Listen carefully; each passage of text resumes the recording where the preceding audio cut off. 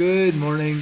How are you today, Vince? This is Bob Gorley with Bob's Truth Seekers podcast. Today is June the 11th, 1925. We'll start off with what sparked your interest and love for hunting?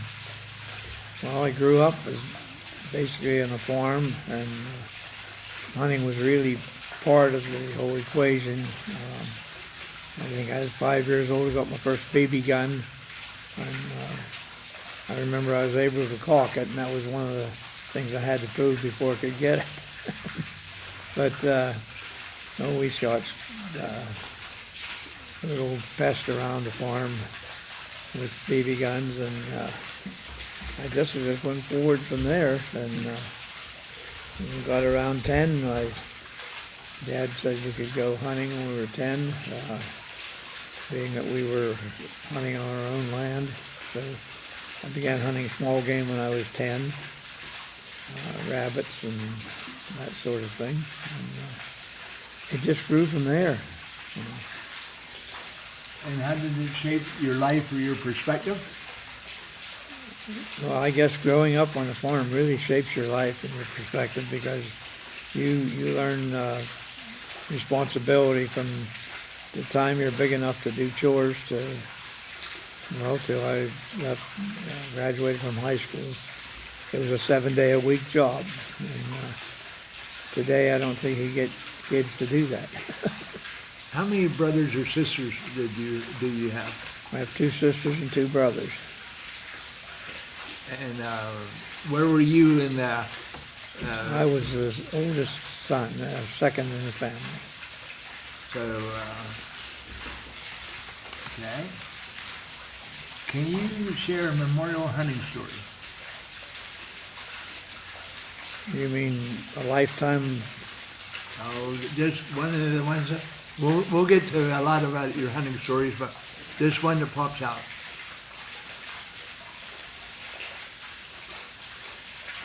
Wow, that's a big question. But when you're, how about a youthful one? Okay. Do you remember getting your first groundhog? Yes. One story that pops out would be when I first bought a .220 Swift rifle. I shot a crow in a tree about 275 yards. In fact, the tree is still around. But that was very impressive on me, because before that particular shot, I had been sort of 22s and shotguns and small game and all that. So, Well, 275 yards is a long ways off. I have never got anything over 150 yards away. So, and a bird's a lot smaller than a deer. yeah.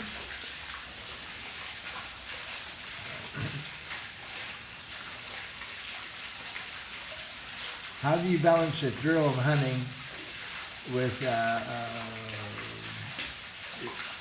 the way PETA is and all these conservationists?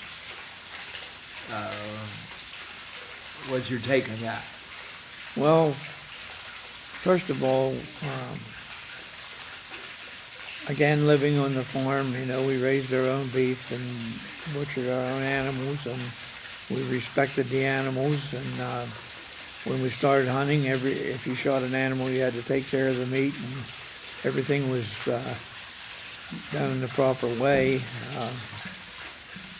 If you would not do that, you wouldn't hunt very long in my family, because that's the way they believed. Going right up through deer and big game, they're here for a reason, and part of the reason is human consumption. Where was your original farm at? In Red Bank Township, Clarion County, just outside the borough of Hawthorne. In Pennsylvania, what's your favorite game to hunt? Whitetail. And what's the furthest whitetail how far is the longest shot you ever did to get a deer? I shot a whitetail at 1,014 yards. With a 220? Yes. 220 truck. Okay. How has hunting technology changed your hunting techniques?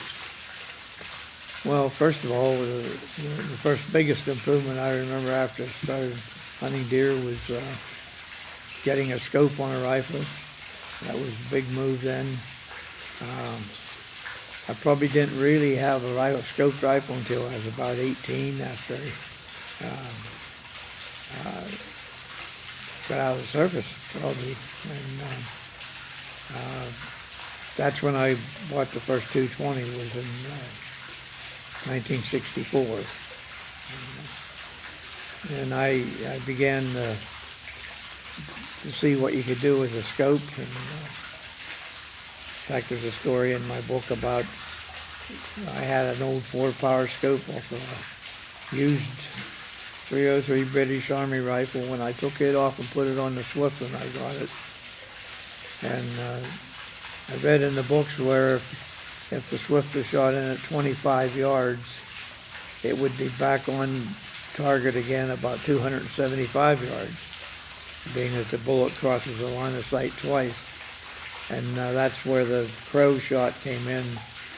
I shot the gun in on a weekend at 25 yards, and I was getting ready to go to work the afternoon shift that afternoon, and looked out the window, and about 275 yards away was this crow in a tree, and I went over the top windowsill in the second floor bedroom, put the gun over the windowsill and shot the crow. And when I squeezed the trigger, I just seen a puff of feathers and the growth on the ground, and I thought, wow, this is something, being restricted to BB guns and 22s and some other rifles. But that was put a permanent impression in my mind. So with today's youth being new to hunting, what advice would you give them to get them started? Well, first of all, become familiar with the weapons you're going to use, if it's shotguns or whatever for small game. And if it's rifles, start with a gun that you're not afraid to shoot. The biggest problem I see with a lot of young people is buy too heavy a shooting rifle, and it kicks hard, and it takes a long time to master that trigger pull. And my advice, somebody comes and says, what would you start my son with to hunt deer? And I tell him a 223 or something. It's very mild recoil and very accurate and very deadly. And that's my, I guess I've been a small bullet man all my life. So you've been a businessman all your life, pretty much. How did you build your business? Well, I got into business in 1969 after getting out of the service. I was working in a factory in Meadville, Pennsylvania, and got a chance to get a real estate license to get in the real estate business. And I did that, and for 3 years I worked in the factory and sold real estate and developed a good passion for the real estate business. Kind of loved it. And in '72, my wife and I sat down and had a long talk over the table. And at the factory, had got promoted and was making real good money at the factory, and had health insurance and everything. But I loved the real estate business. I was doing it when I wasn't at work, and so we talked about it over a cup of coffee and decided that we'd make the move and resign from the factory and go into real estate full-time. That was in 1972. It was a pretty good jump because I had a family and didn't have any insurance and all that stuff. But anyhow, it turned out to be the best decision we ever made. There was some tough going, real tough, and we learned the school of hard knocks along the way. Speaking of your wife, how did you meet your wife? I met her when I was in the Air Force in England in 1961. And was it love at first sight? Yes, it was. All right. So how long have you guys been married now? This October will be 63 years. 63 years. And how many children do you have? We had four 2 boys and 2 girls. And what skills or lessons from hunting, like patience or strategy or resilience, have translated into your success as a businessman?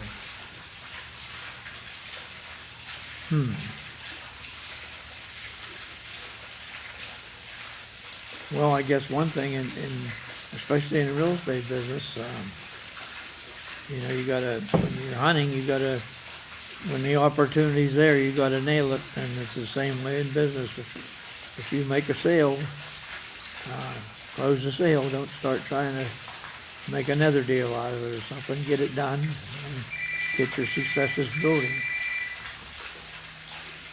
Can you share a time in your life when you had a major setback? Yes.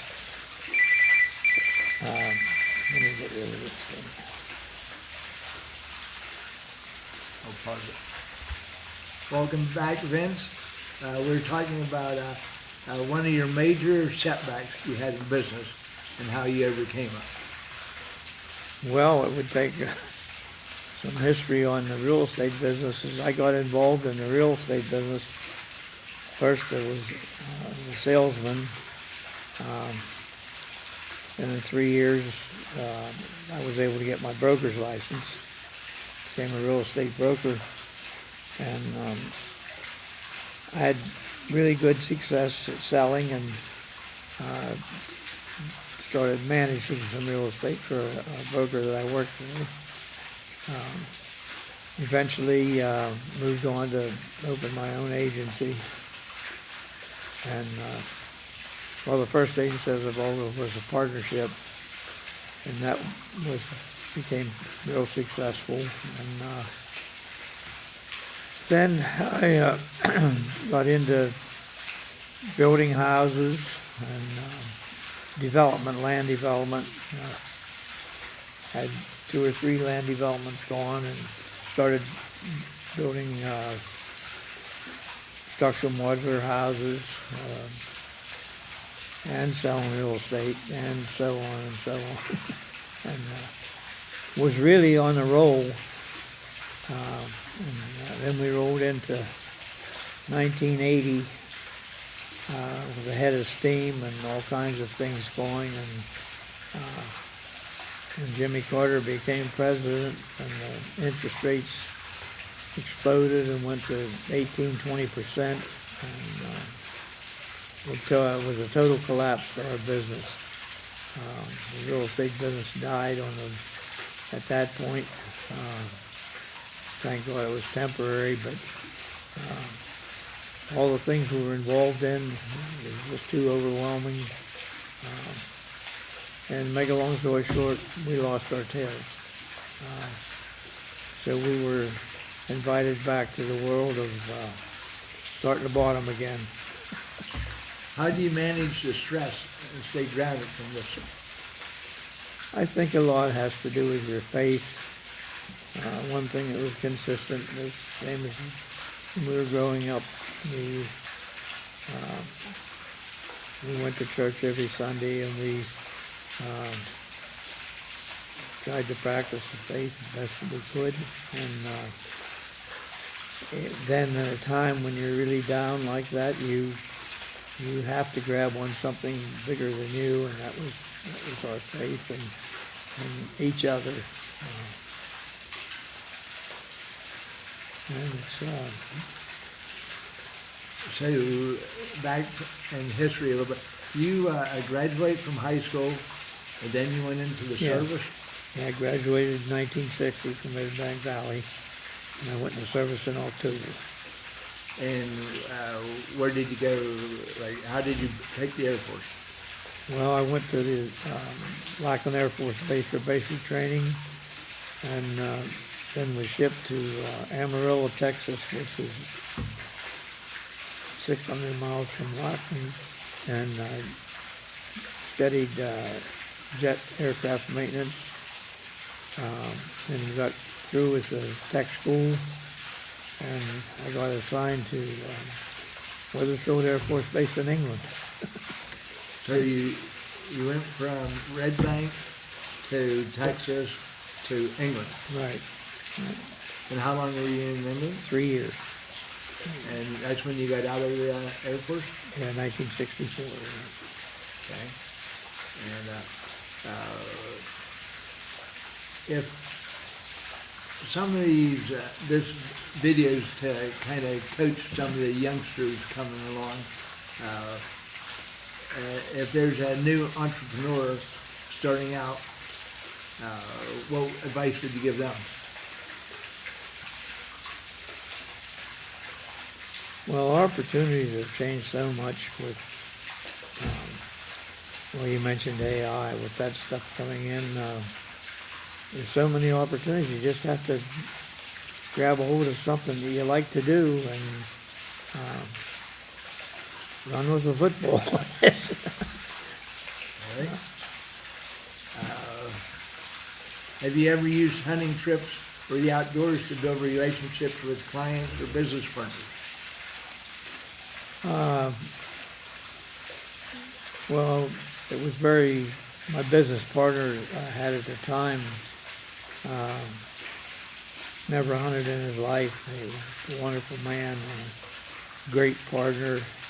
And I invited him to go to Africa with me one time, and he went, and then he went just about on every long-range trip we went on for several years. And he just loved it. He never hunted, but he just loved the experience of,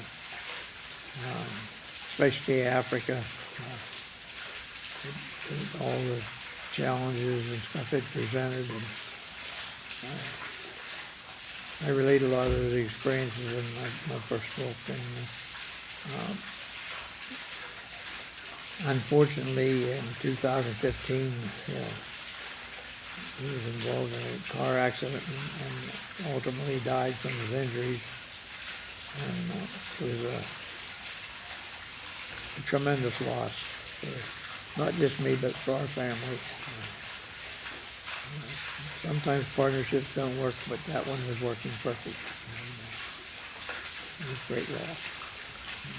Is there a dream hunt that you would be interested in taking that you haven't done yet? Or what would be your dream hunt, even if you don't go? What did you always think would be a great hunt?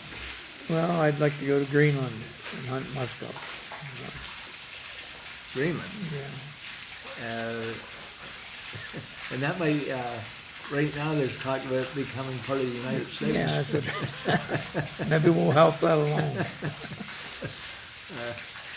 Okay.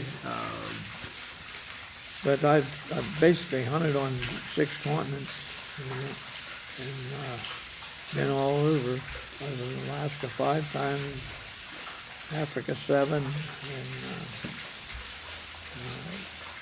out west and all over Canada and New Brunswick.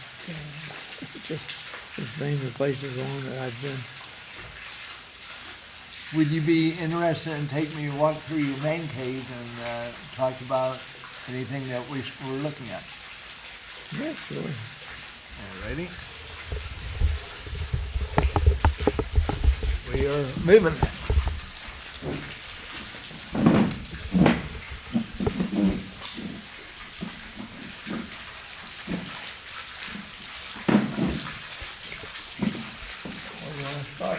Oh, anywhere you want. Pick out any animal you want to talk about, and we'll just work our way around. Well, in the background there you see a big buffalo. That was the first of the big 5 animals I shot. That's this black one back here. Okay. South Africa. Home longer. It took a lot of preparation and a lot of background to be able to take the rifle I use.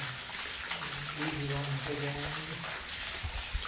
That animal was 54 yards from me and dropped this one shot. And was that a 220 Swift? Yes. For Africa, I had developed two 26 after made the rifle. You have to use an 8-inch twist in the barrel to stabilize 80 and 90 gun bullets in a 220 Swift. And that's what I use enough for most of the time. Plus the lighter game, I use sort of 14-inch Swift and lightweight weight. But that animal is shot with an 80 gun ALK bullet. And it's really good quality. Have you ever made your own rifles? Yes. Do you make your own rifles now? Some, Do you make your own bullets? no, I don't make the bullets for my Okay. And 220 short, I tried everything from 30 gun bullets, All right.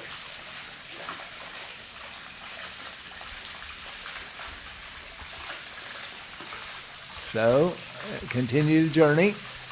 What other animal do you want to speak on? Well, talk about danger. My closest call came through that big hippo right over there. And tell me the story about it. Well, we found it on land. And it was the same year I had ended up seeing another hippo close to swallow in the water. And then brought it and we were hunting and I seen this one on land. And off we started it and started after it. After some certain shots and getting blood and everything flying on him.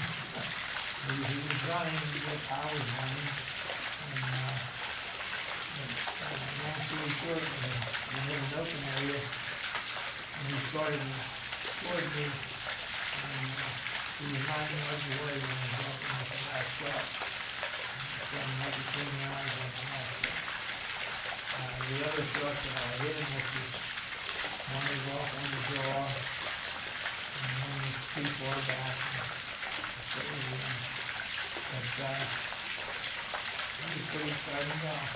Was that the final bullet in the gun? You said you shot it, the last shot, he was only 9 yards away. Did you have more bullets in your gun? That was your last bullet also. So it was do or die. And I actually got away from the guy. He went the wrong direction when he first got off the car station. And so my tracking was with me.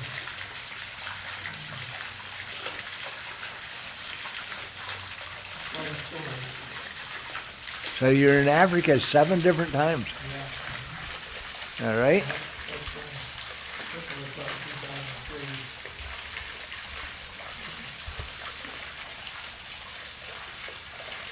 Well, if you try to get down the line here, the next stand is the medium.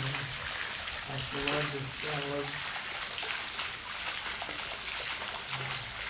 Anyway, I guess. And that was in Africa also? That was in Tanzania. Okay.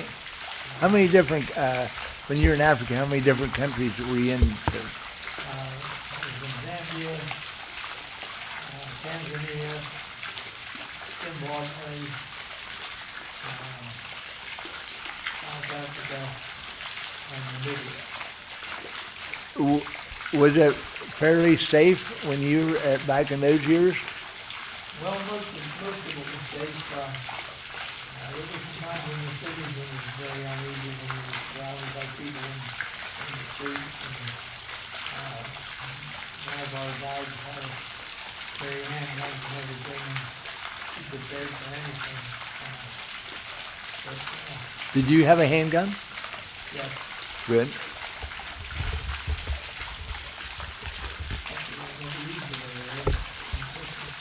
All right. Then the next one. The next one is an Australian water buffalo from Australia.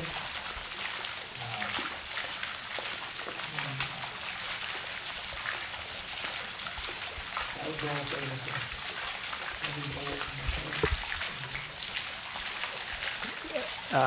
So you've been in Africa, Australia, Europe, and United States. Have you ever been in South America? in Argentina. I've been longer in Argentina. In fact, that next water buffalo is from Argentina. Is this black one? Is that, which one's Argentina one? That's the one to the left of this. The small one. And the big one, where's it from? That was from Australia. Australian, another Australian. All right. Of course, there's the bison, and that's the Colorado. Have you ever been in Antarctica? Where? Antarctica. No. So you've been in all the continents except Antarctica. Right. All right. And of course, the next land on the tree is the mountain lion, that is from Nevada. How did you come across a mountain lion? Pardon? The mountain lions are pretty hard to see. Yeah, well, Yeah. we hunted that with the hounds and got them treed. And it was 18 inches of snow and colder than hell. Which state were you in? Nevada. Nevada. Yeah. All right. Then we're coming to either the bear or the moose, whichever one you want to speak to. Well, the bear, that's a black bear from Saskatchewan. That's a 400-pound black bear. Saskatchewan, is that Canada? Yeah, Canada. Yeah. Okay. Very close. We actually walked over into the Northwest Territories where we were hunting, so we were getting up there quite a ways. How hard is it to, transfer guns to different countries? Well, Canada's a lot worse now than it used to be, but basically you just have to stop and get permits to go across the border with them. Have they ever confiscated your guns? No, they almost did in Australia one time. Going into Australia, we had quite a to-do with the airlines people, and there's a great story behind it. But we got it finally okayed and everything. You speak English. Do you speak any other languages? No, I know a little bit of how to say hello and stuff like that, and some of the African dialects.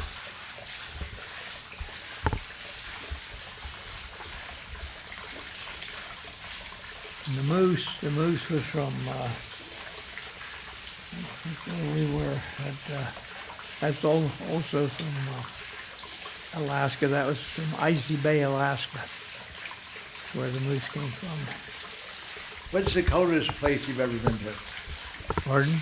The coldest country, what's the coldest place you've ever been to? Oh, Temperature-wise, hunting-wise, it was in Saskatchewan. that's in Canada. Yeah. Do you remember how cold it was? Oh, it was, some mornings it was getting down towards zero, well, it was actually, we hunted in Colorado for elk too, and it was below zero some mornings. What's the story with this airplane? Oh, that's a replica of a Piper Cub that we flew in and out a lot in Alaska in Piper Cubs to get to the places we were hunting, and I just wanted a model to give an idea. Those little things fly down between the mountains and down the riverbeds and land. Who did the painting of the walls? Oh boy. McAdoo. when I was redoing this room, I told the guy that was doing the plaster work, his name was Brad McAdoo, and I said I'd like to get a guy to paint me a sunset scene in this room. And so he said, I know a guy can do that. It was his brother. And he brought him in, and he started and painted that scene there with the sunset. And then he went the whole way around the room and did everything. Just a terrific artist and very impressive. Did you ever break any bones or get hurt hunting? No, never did. I was pretty exhausted a few times. So they never had to call 911 for you? No, they never had to. All right. Which other one would you like to talk about? Well, that sheep in the middle with the long, that's from New Zealand. This one right here. Now this one with the long hair. The long-haired one. That's from New Zealand. Okay. And that was in the mountains, steep mountains, and shot him on a mountainside.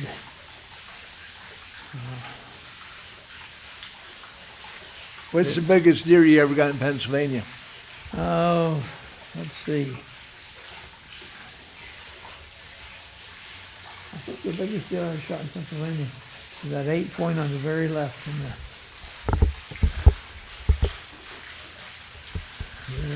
Down this one right there. The one in the wall. Okay. Okay. And there's several of them from Pennsylvania in there. This usual one here is from Saskatchewan.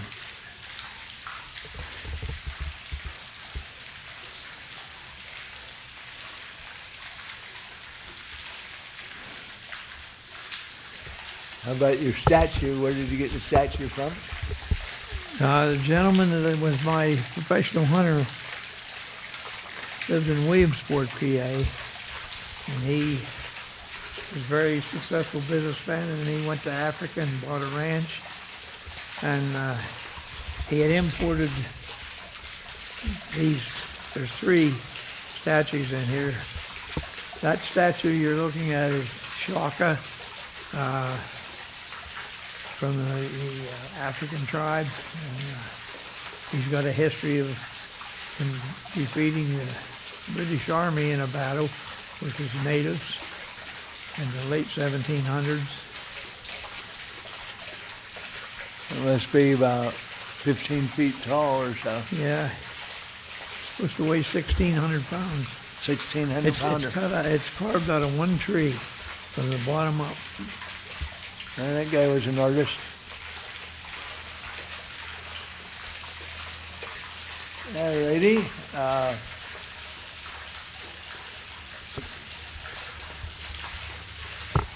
Anything else you'd like to talk about?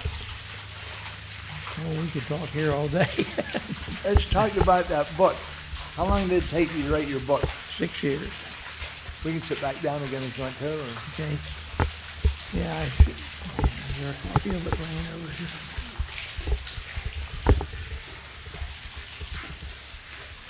6 years to write a book, and I'll pause this. All right, we're starting it back up again. So the biggest whitetail is this one right here. Have you ever been bit by a snake? No,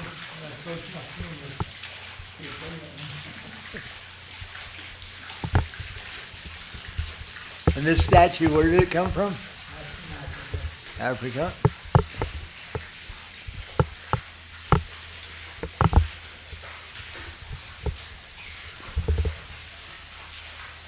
It's a Watusi.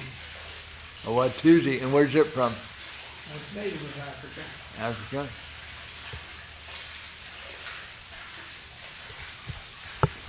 Okay, we're back over to the book. You wrote a book, and it took you 6 years to write it. And it's called 220 Swift. One man's passion for the 220 Swift. And the latest project is you're thinking of writing another book. Yes, all up. In this book, I covered all the African hunting, all the big game hunting with the Swift.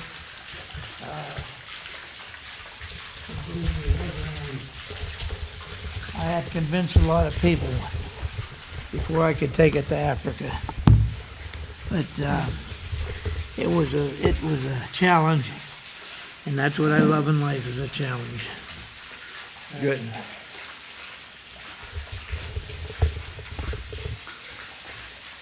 So the name of the new book, what will you call it? I haven't figured that out yet. All right, yet to be determined. It'll be, it's basically going to be about, in this book, we dealt with all the big game hunting, but I've done a lot of long range shooting with the 220 Swift, and the book will be about long range shooting with the 220 Swift, and some of the technology that I've used through the years.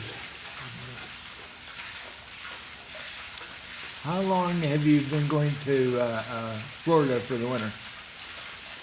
Off and on for 20 years. How many different houses have you had down there? I think we're on our 14th one. 14 houses. Yeah, it's, what part of Florida do you like the best? Well, we're right around Lakeland is sort of the center of where we've been. Now, we were at Melbourne for about 4 years in the East Coast. And, the house we're in right now is in Lakeland. When they launched the spacecraft, can you see that? Can you see the launches? When we were on our house in Melbourne, we could see the launches going up. We weren't that far from where they shot them. So it's been a pretty good life. Wonderful life. And I can sum that up a little bit by comment. The man that was my editor in this book, and that was kind of by chance. Bill Rooney, he said to me one time when we were writing the book,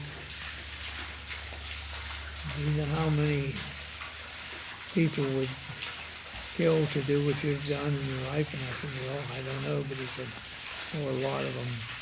And I said, I guess I've had some great opportunities in my life.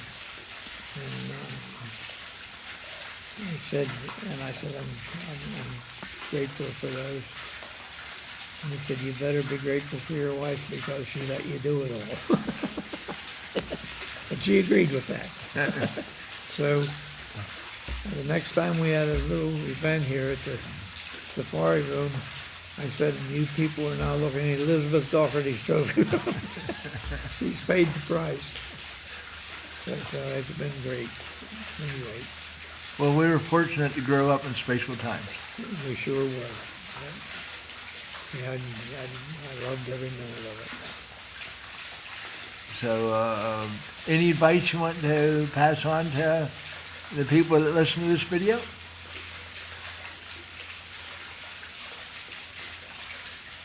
I would just say